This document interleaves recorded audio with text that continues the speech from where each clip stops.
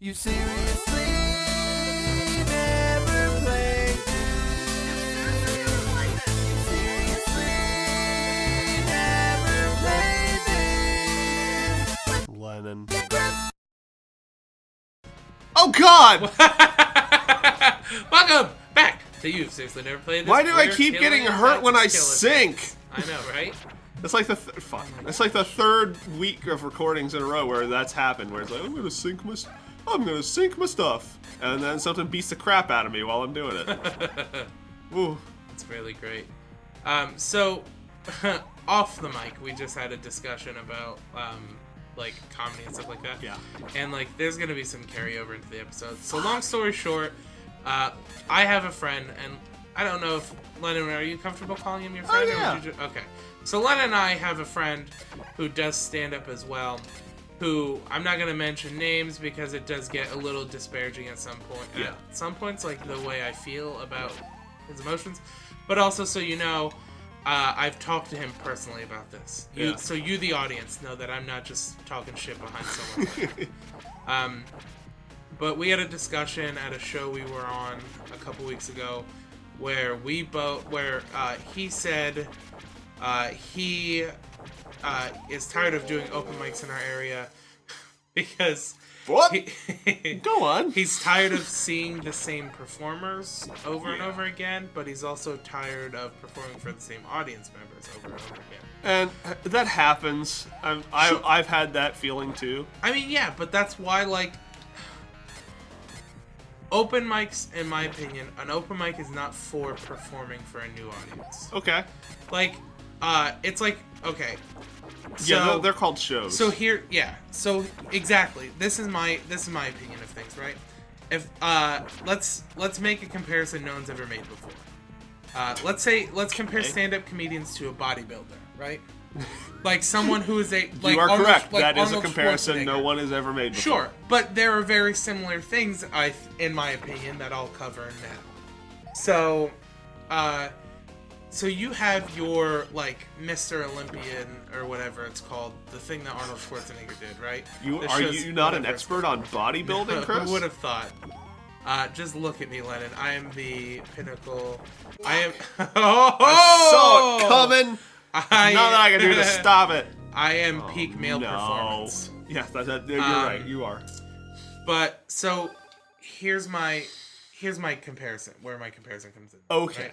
So a bodybuilder lifts weights to make he lifts weights in order to make himself appear a certain way, so that he then may go and show off his body. Okay. Right? A comedian is doing the same thing, but just instead of their body, it's their mind. It's mental. Yeah. So an open mic, in my opinion, is even before writing. Writing is like the creatine that a weightlifter takes, right? Okay. Open micing is the actual weightlifting. Because while writing is like obviously you can't have jokes without writing. Right. But writing is what comes before. It's like prepping to lift weights. You know what I mean? Your writing is you getting ready to go work out.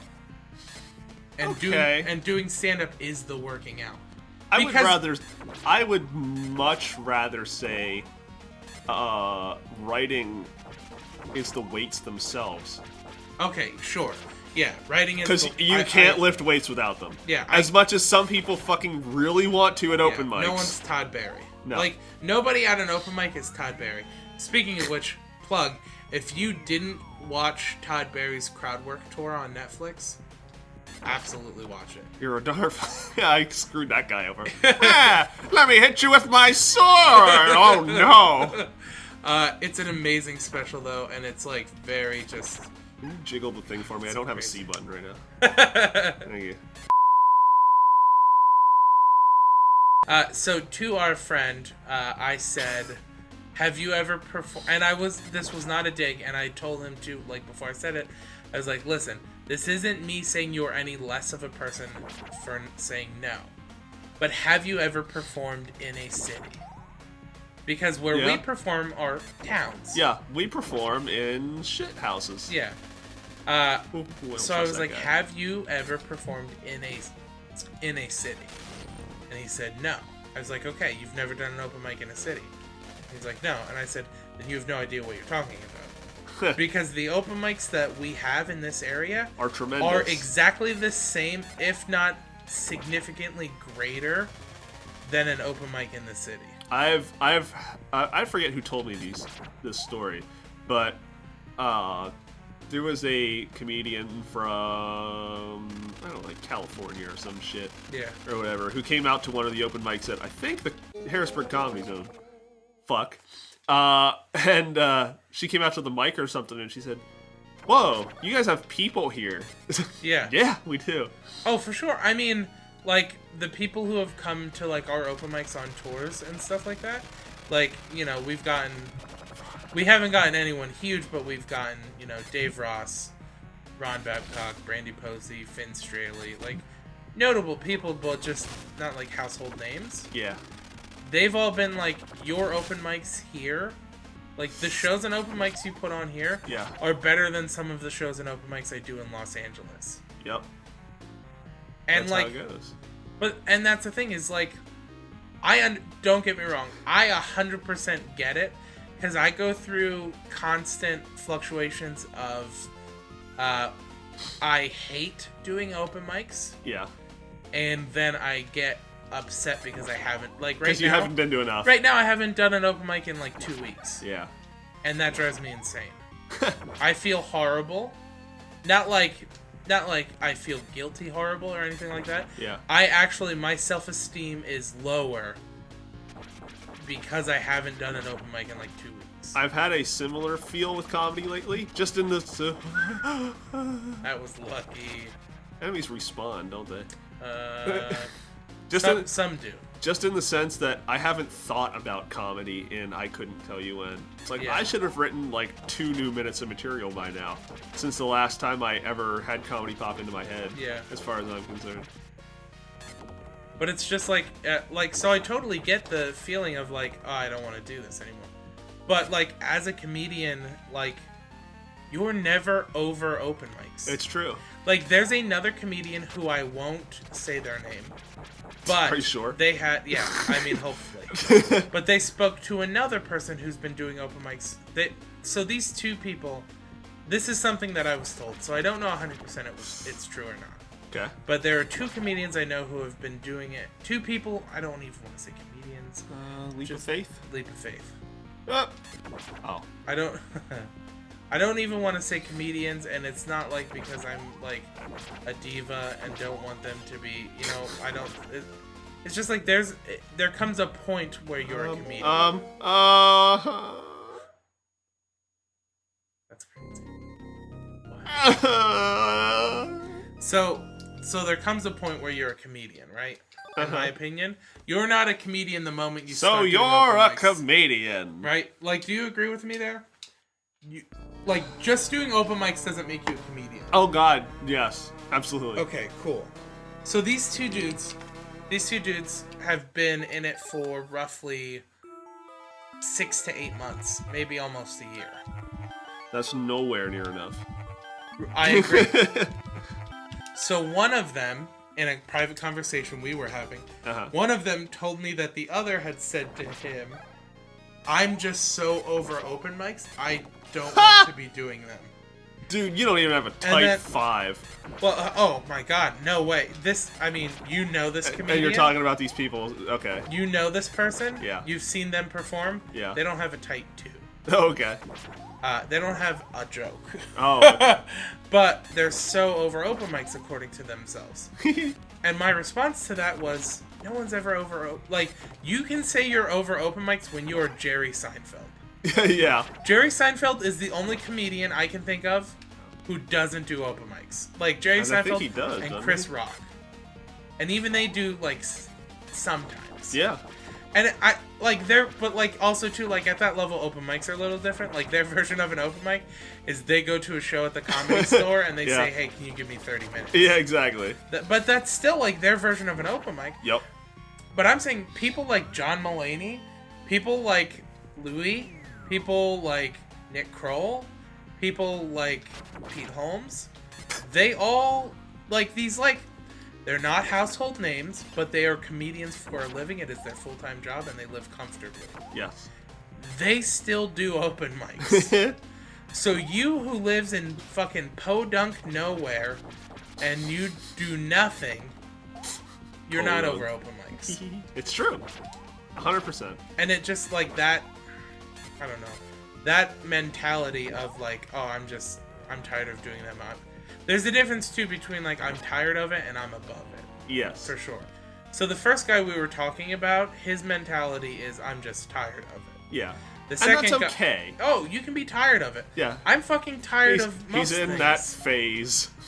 Sure. I mean, there gets to a point, like, I went through a phase for a while.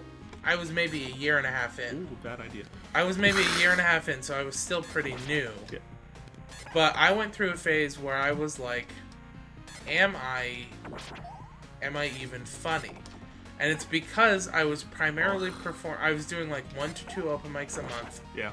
But it was mostly in front of friends or people who have seen me perform a lot, so they knew my material. Yeah. And like laughed. So I was like, am I even funny? Yeah. And that got it, like, open mics got shitty for me because I was just like, I don't feel funny anymore. And that's why you go out to different places. That's why I went and start doing. I went to an open mic and I intentionally gigs. bombed. Yeah. Like, I bombed. Like, I started. It was. Oh yeah, intentionally. Well, no, it was one of these things. Okay, like, oh god, fuck. I've spoiled. Move your it. hand for 1 second, and then I can't move. So I have done these things before, and there are other comedians I know who are this way. Yeah. Like Mike Carpenter is like one of my favorite people who do it. Who, when a show starts going south, when a set starts going south, he goes, "Oh, this plane is crashing. I'm gonna be the one to crash it." So that's what I did. Yeah. I did an open mic in a new place in a very shitty bar where I knew it wasn't gonna go over well. First of all, like, I just being. You mean because it was a shitty bar? Oh yeah, and like people were there to watch football and play pool, not to hear a fucking 19-year-old fat kid tell jokes on stage. Or I was probably. That's why I go to bars. I was probably 20 or 21 at the time, but. Well, that was a That was a bad idea. But like, so I started bombing. I was like, I did my first 2 jokes. I'm like, which my first 2 jokes that I started with were like typically 3 to 4 minute jokes in like a normal, in like what I was used to crowd. In this crowd, they were like 30 seconds. Yeah. Shut up. Punchline. Next. Yeah. So I was like, all right, if this plane is gonna crash, I'm gonna be the one to crash it. So I started doing just like jokes that were only half thoughts, jokes Okay. I hadn't really like gotten anything like established with, and like this one joke that is like it's a really bad joke that I wrote that is like a play on a normal, like on a quote unquote stereotypical bar joke. All right. But it's more of like, it's a commentary on the relationship between performer and audience. It's a really shitty, heady joke, and it sucks. Maybe Norm Macdonald could tell it. Oh yeah. But Well, let's get him on the horn. Let's see if he can do it. see if he wants this joke. Hey, yeah. Next time on You Seriously Never Played This, we might beat this level. I don't know if I'm done with this game. You can be. We have other Sega games we can play. Okay, let's play another one. Let's play a different I Sega can't. game. We'll come back. All right, we'll be back. Castlevania, I'll miss you.